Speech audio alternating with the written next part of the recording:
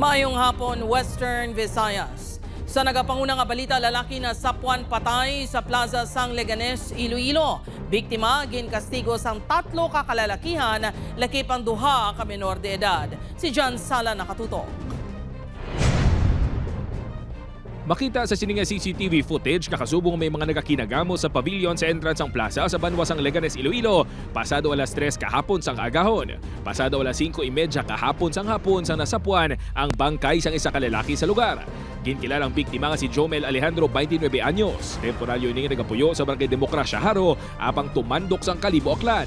Ang 3 ka lalaki nga nakita sa CCTV, ang mugali ang nagpuli kastigo sa biktima. Ginsaway ini sila sang biktima nga hindi magahod kay base matulog na ang biktima sa babaw.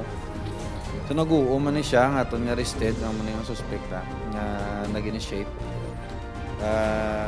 Tapos nagambalan niya sa mga witness kag maupod ya nga maupod man yung mga suspect nga tripanta. Sa ginpatigayon nga hot pursuit operation, kagabi inadakpan ng isa sa mga sospek na si Mark Joven Espeja, 19 anyos, residente sa Barangay Kagamutan Sur, Leganes.